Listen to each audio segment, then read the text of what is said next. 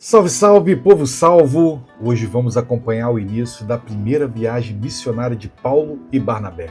Então aperte os cintos porque a nossa aventura já vai começar.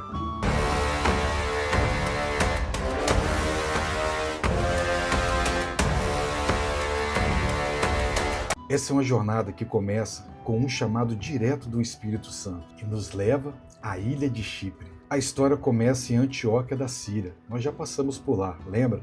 E lá o Espírito Santo disse à igreja: separai-me Barnabé e Saulo para a obra que os tenho chamado. A igreja então ora e jejua, impõe as mãos sobre eles e os envia. Paulo e Barnabé descem até o porto de Seleucia e embarcam rumo à ilha de Chipre. Olha aqui no mapa, eles saem de Antioquia, vão até Seleucia, que é o porto mais próximo, e de lá eles atravessam o mar até a ilha de Chipre, desembarcando na cidade de Salamina, no lado leste da ilha. Vamos ver a distância que eles percorreram?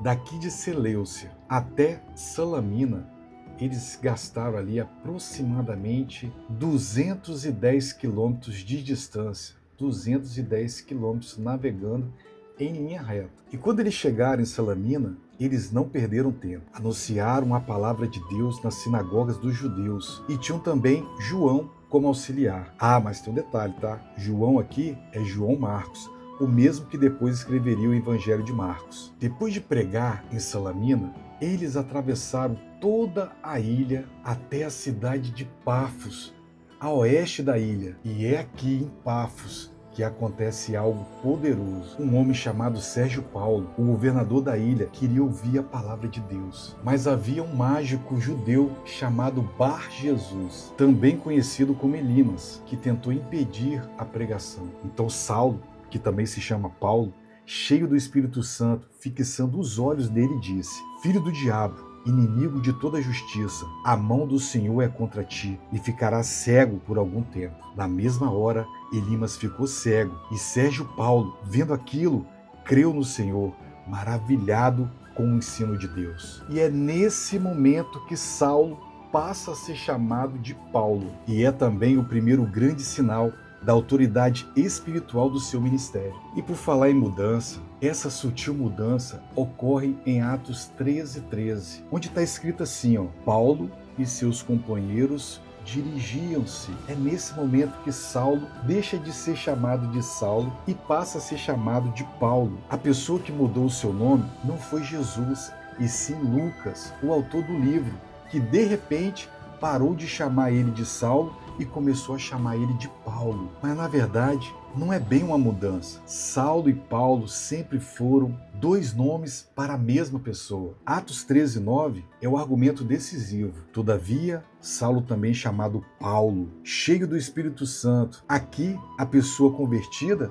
está sendo chamada de Saulo e de Paulo, e não de Saulo, o tirano que foi renomeado Paulo. O cristão. Saulo e Paulo são nomes alternativos de um mesmo homem, tanto antes quanto depois da sua conversão. Acontece que o nome Saulo deriva do famoso primeiro rei de Israel, o rei Saul, da tribo de Benjamim, a qual Saulo/Paulo pertencia. Filipenses 3:5 confirma sua linhagem. Saulo é simplesmente o nome hebraico para essa pessoa, Paulo, um nome comum no koiné. É seu nome grego, derivado do sobrenome latino Paulus. Bem, essa missão começou com ousadia e Deus confirmou com poder. Chipre foi o primeiro território alcançado na missão de Paulo. E ali nós já vimos o evangelho rompendo barreiras, entrando em palácios, enfrentando oposição espiritual e vencendo com autoridade. E tudo isso começou com uma viagem cheia de propósito. Se você gostou desse vídeo, não deixe de deixar o seu comentário aqui embaixo e dar o seu joinha, que isso é muito importante para o nosso canal. Se você é pastor, pregador, professor da Escola Bíblica Dominical, nós temos os melhores materiais para o seu ministério. Entre no link que está aqui na descrição e confira.